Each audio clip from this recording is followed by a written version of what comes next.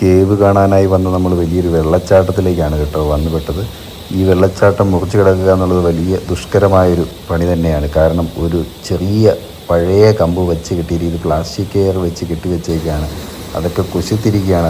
അതേക്കൂടെ പയ്യെ നടന്ന് പിടിച്ച് വേണം പിള്ളേരെയായിട്ട് നമുക്ക് ആ കാട്ടിലേക്ക് കിടക്കാനായിട്ട്. അതിന് താഴേക്ക് ഭയങ്കര കൊക്കയാണ്. അതുപോലെ തന്നെ ഇവിടുത്തെ വെള്ളം ഐസ് പോലത്തെ വെള്ളമാണ് കേട്ടോ. ഭയങ്കര തണുപ്പാണ്. ഇനി നമ്മൾ കയറിപ്പോകുന്ന വഴികളെന്ന് പറഞ്ഞു കഴിഞ്ഞാൽ ശരിക്കും ആൾ താമസമൊന്നും വലിയൊരു കാട്ടിലേക്ക് തന്നെയാണ് കയറിപ്പോകുന്നത്. കുറേ പാറക്കെട്ടുകൾ മാത്രം. ഈ വഴി ഇങ്ങനെ തെളിഞ്ഞു കിടക്കുന്നതിൻ്റെ കാരണം തന്നെ ഇവിടെ ഒരുപാട് ടൂറിസ്റ്റുകൾ വന്നു പോകുന്നത് കൊണ്ടാണ്. ഇതുപോലെ മരങ്ങളൊക്കെ വീണ് കിടക്കുന്നത് എല്ലാം അതുപോലെ തന്നെ കിടക്കുന്നു. ഒന്നും ആരും എടുത്ത് മാറ്റാറൊന്നുമില്ല. ഇവിടെ എല്ലാം വലിയ ഉരുള് പൊട്ടിയ പോലെ പാറക്കഷ്ണങ്ങളൊക്കെ വന്ന് ചേർന്നിട്ടുണ്ട്. വലിയൊരു ഉൾക്കാടിന് നടുവിലാണ് നമ്മളിപ്പോൾ നിൽക്കുന്നത്. ശരിക്കും പറഞ്ഞാൽ പേടി തോന്നും.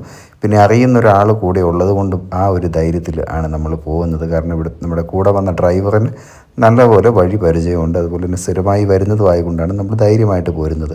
ഇതാണ് ആ പറഞ്ഞ കേവ്. കേവിൻ്റെ ഉള്ളിലേക്ക് കയറുക എന്ന് പറഞ്ഞാൽ ദുഷ്കരമാണ്. നമ്മുടെ കൂടെ വന്ന ഡ്രൈവർ എന്നും കയറുന്ന ഡ്രൈവർ തന്നെ പറഞ്ഞു നിങ്ങൾക്ക് പിള്ളേരെ കൊണ്ടൊക്കെ കയറാൻ വളരെ ബുദ്ധിമുട്ടായിരിക്കുമെന്നാണ് പറഞ്ഞത്. കാരണം കൂരാക്കൂരി ഇരുട്ടാണ്. അതുപോലെ തന്നെ ഒരാൾക്ക് ഇഴഞ്ഞ് നീങ്ങാനുള്ള ഇടം മാത്രമേ ഉള്ളൂ അതിൻ്റെ ഉള്ളിൽ കൂടെ.